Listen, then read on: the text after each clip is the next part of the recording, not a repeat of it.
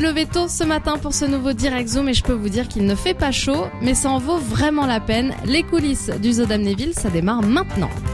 Bonjour à tous, il est 7h30, notre journée au zoo démarre, on est dans les cuisines avec Béatrice, bonjour, on va vous suivre. Alors comment ça se passe, on va commencer par quoi Béatrice? Je vais commencer par vous faire visiter les lieux. Béatrice, elle est déjà à fond. Elle nous entraîne dans les cuisines du zoo, la plonge, direction les frigos maintenant, pour nous montrer ce que l'on sert chaque jour aux animaux. On va être entre 400 et 500 kilos, entre la viande, le poisson et puis toutes les petites choses à côté. On a un grossiste qui nous livre une fois par mois en produits congelés. Et tous les 15 jours, on va avoir du bœuf frais. Alors je vous rappelle qu'il est toujours 7h30 du matin et vous n'avez pas l'odeur. Et puis direction les fruits et légumes. Bon, question odeur, là ça va déjà beaucoup mieux. On va consommer à peu près 3 tonnes de fruits et légumes par semaine. Les pommes viennent d'un producteur local et tout le reste est fourni par un grossiste qui va principalement se fournir en local lorsque c'est possible et en produits de seconde catégorie, c'est-à-dire les produits qu'on appelle moches en premier lieu. Il est maintenant 8h30, on a rejoint Julie, soigneuse au zoo, elle vient de prendre son poste. Alors bonjour Julie, quel est votre secteur? Bonjour, mon secteur c'est les fauves 2. Alors avec les grands carnivores et petits carnivores. Et quelle est votre première mission ce matin? D'aller voir si les animaux vont bien, d'aller nettoyer leur enclos, regarder s'il n'y a pas de trous dans les volières, et après de sortir les animaux et de nettoyer les bâtiments. C'est parti, on vous suit. Nous qui voulions voir les animaux de près, on va être servis. C'est parti pour le réveil des fauves, en douceur. De préférence, il faut séparer le mâle de la femelle. Où le mâle de la femelle est des petits, s'il y a des petits. Après, on a des exceptions. Les hyènes, elles s'entendent super bien, même quand elles mangent. Donc c'est chacun son morceau et elles vont pas se battre entre elles. Donc après, du coup, on les laisse ensemble la nuit.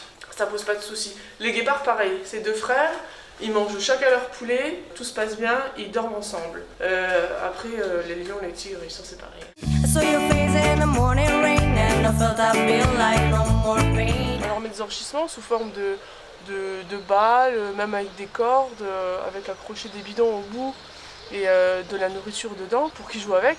En fait, ils vont déchiqueter le bidon pour trouver la nourriture, quoi. Et ça les occupe la journée, puis ça leur garde un peu leur instinct de chasseur, de prédateur. Et finalement, c'est un métier de passionné. On aime les animaux, on vit toute la journée avec les animaux en faisant notre métier. On se lève le matin, enfin moi j'ai la banane d'aller travailler. C'est bon? C'est moi qui ai cuisiné pour toi. Parmi les petits plaisirs de Julie, le passage quotidien dans l'enclos des ratons laveurs. Et il faut dire, nous aussi, on a complètement craqué.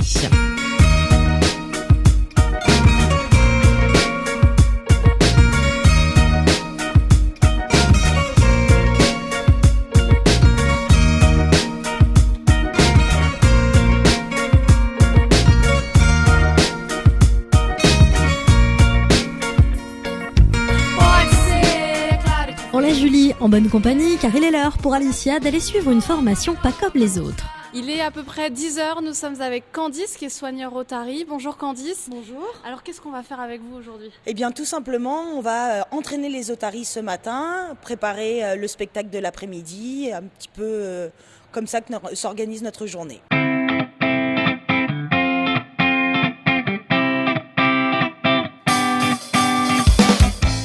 Watson, notre mâle patagonien adulte, il est né en 2001, donc il aura 14 ans le 1er juin. Et en fait, lors de nos spectacles, on présente aux visiteurs ce qu'on fait un peu dans nos journées et également l'entraînement médical.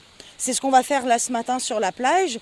Mais ce qui est génial, c'est que vous allez pouvoir faire le vétérinaire. Ça nous permet, nous, d'introduire un individu que l'animal ne connaît pas et donc de voir s'il est vraiment désensibilisé, c'est notre jargon, pour dire qu'il a vraiment compris quel était l'exercice et qu'il l'accepte, même si c'est une personne qu'il ne connaît pas ou très peu. Alicia prend donc la place du vétérinaire en simulant une échographie. Watson se laisse facilement faire. Il a totalement accepté Alicia. L'entraînement peut donc continuer.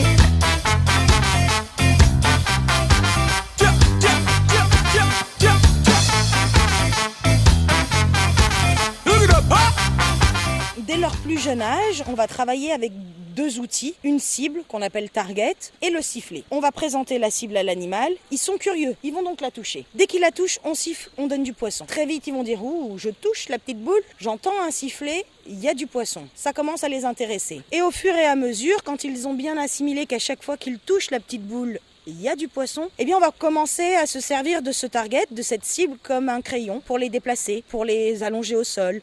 Parce qu'ils savent que dès qu'ils touchent la petite boule ou notre main, quand on leur dit target, eh bien ils ont une récompense du poisson, mais aussi des bisous, des câlins, des gratouilles pour ceux qui aiment. Voilà, varier plein de choses, mais donner que du positif. Allez, on quitte nos amis les soigneurs quelques instants pour rejoindre les dresseurs du zoo qui ont cette année une très belle surprise pour vous. Il est 14h et depuis ce matin, on a des étoiles plein les yeux après une petite pause déjeuner. On est avec le directeur du zoo. Bonjour Michel Louis. Bonjour.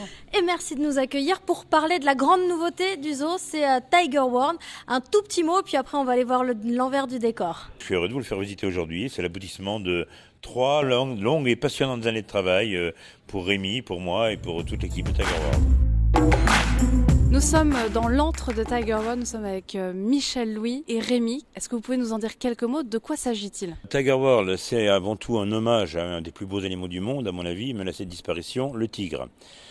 C'est une magnifique démonstration de dressage tout en douceur, en complicité avec l'animal, sans aucune contrainte, dans un univers fantastique de projection numérique et d'effets spéciaux. Et c'est la première fois au monde qu'on intègre un grand groupe de fauves dans un tel univers. C'est un gros travail, c'est beaucoup de temps à passer, beaucoup de patience pour arriver du coup à la finalité du spectacle. Comment est-ce que vous abordez le travail avec les tigres? Ça fait 1 an et demi qu'on travaille avec, donc on a pris le temps déjà de les mettre en confiance, qu'ils s'habituent bien à nous, qu'ils s'habituent bien à l'environnement du spectacle. Et après, petit à petit, quand ils étaient bien habitués à tout ça, on a commencé à leur apprendre différents exercices en prenant toujours beaucoup de temps et en leur laissant le temps d'assimiler l'exercice. Au début, j'avais une petite pointe d'appréhension, bien sûr, mais maintenant je les connais suffisamment bien pour savoir justement quand il y en a un qui est un petit peu mal luné, qu'il faut que je laisse un petit peu de côté. Et donc du coup, maintenant, ça se passe très bien.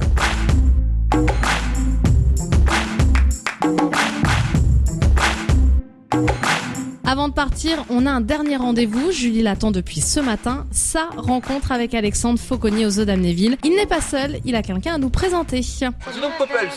Bonjour Poppels. C'est un grand-duc américain. Grand-duc de Virginie, précisément. Et sans plus attendre, Julie va apprendre à tenir au point le rapace. On lève. Peut-être qu'il grimpe dessus. Voilà. Hop, et on redresse. Tranquillement. Regarde par là-bas, regarde, c'est ta copine Alicia qui vous voit. On va passer à un format plus gros après. Ouais. Je vais vous présenter Nemesis qui fait 4,3 kg. C'est pas la même danse. Alors le but du jeu, c'est de le tenir comme ça. Avec les 2 doigts là, ici.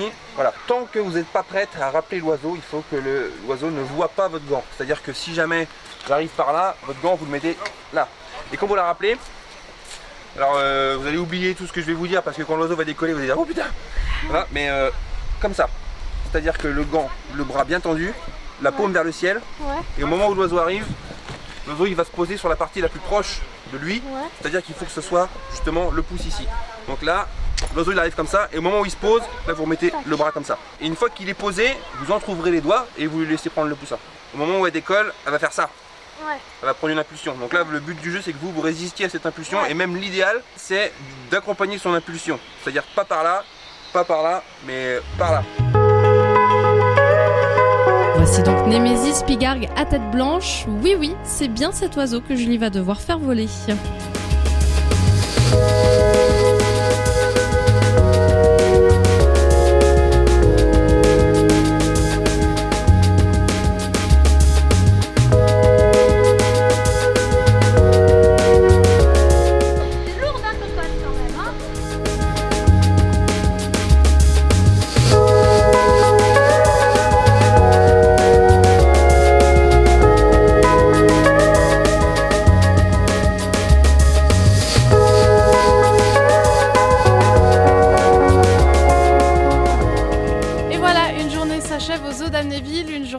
enrichissante. Une journée magique même pour petits et grands. On vous rappelle que le zoo est ouvert tout au long de l'année.